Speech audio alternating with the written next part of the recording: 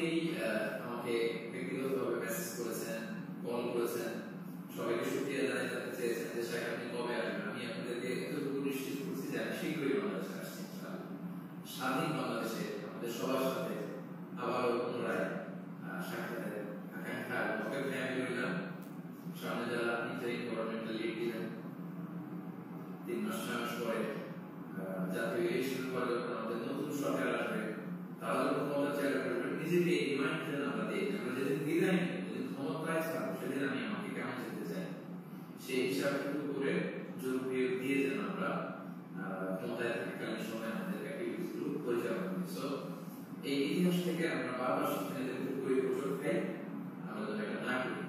আমি আমাদের জাতীয় নেতৃত্বদেরকে বলবো যারা আসন্ন নির্বাচনে নির্বাচিত হয়ে আসবেন, বাংলাদেশকে নেতৃত্ব দিবেন নতুন প্রজন্মের বা পুরাতন অভিজ্ঞদের মধ্যে যারা মিলে সরকার গঠন হবে সামনে ইলেকশন শেষে, আপনারা মেহরবানি করে এই শিক্ষাগুলো আপনারা নিবেন। এখন বাংলাদেশে এটা তো আমরা দেখে এসেছি ছোটবেলা থেকেই, একদম ক্ষমতা ছিল অন্য দলের লোকেরা তাদের উপর কিভাবে আক্রমণ করে যে তারা ক্ষমতা থেকে যায়, আবার তারা ক্ষমতা আসলে তারা কোনো ক্ষমতা ছেড়ে এখন বিরোধী দল তাদের উপর আক্রমণ করে। এই ন্যাশনালিস্টিক আক্রমণ আমরা চাই না, আমরা এর অবশ্য আছে, আমরা ইতিহাস থেকে শিক্ষা নিতে চাই। আমরা একটা সমৃদ্ধির বাংলাদেশ ঐক্যবদ্ধভাবে একসাথে হাতে হাত থেকে কাঁধে হাত মিলিয়ে করে তুলতে চাই। এটা হচ্ছে আমার 3 নম্বর রিমাইন্ডার।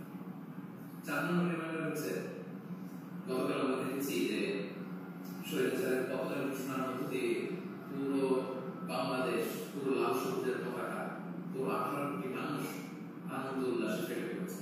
আমরা আল্লাহ শুকরিয়া আদায় করেছি, আমরা হাফ ছেড়ে বেঁচেছি, আমরা স্বস্তির নিঃশ্বাস ফেলেছি, আমরা নতুন করে একটা স্বাধীন বাংলাদেশ পাওয়ার একটা আকাঙ্ক্ষা আমাদের হৃদয়ে জেগেছে। শোনার সুখী, কিন্তু দুঃখের ব্যাপার হলো আমরা মাঝে মাঝে আবেগে অথবা লোভে পড়ে অথবা নিজেদের জ্ঞান হারিয়ে এমন কিছু করে ফেলি যেটা আমাদের সেই বিজয়কে, আমাদের অ্যাচিভমেন্টকে প্রশ্নবিদ্ধ করে, এটা ন্যাচারাল প্রশ্নবিদ্ধ করে। গতকাল আমরা দেখেছি যে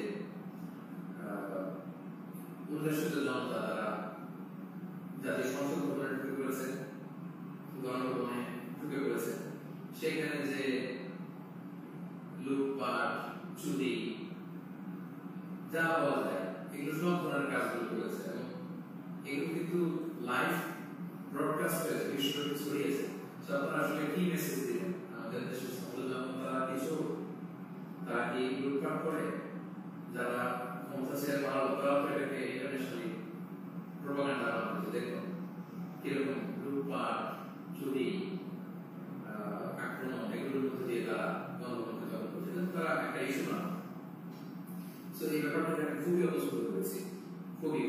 আমি বলবো না যে শিক্ষিত ছাত্র জনতা এমন করেছে, যেহেতু উল্লাসিত জনতা সেখানে ঢুকে পড়েছিল, এখানে ভালো মানুষ ছিল, খারাপ মানুষ ছিল, ছিচকে চোর ছিল, টোকাই ছিল, তারা এগুলো করেছে। কিন্তু আমি দেখে অবাক হয়েছি মাঝে মাঝে অনেক ভালো ফ্যামিলির ছেলেমেয়ে অথবা নামাজি দেখে প্র্যাকটিসিং মনে হয়, তারাও এরকম ছবি দিয়েছে। কেউ গণভবনের বালিশ, কেউ চেয়ার, কেউ টেবিল, কেউ পাঙ্গাস মাছ, কেউ ফ্রিজের খাবার, যে যেরকম পেরেছে পরিণত করেছে। এটা আমার চোখে এসে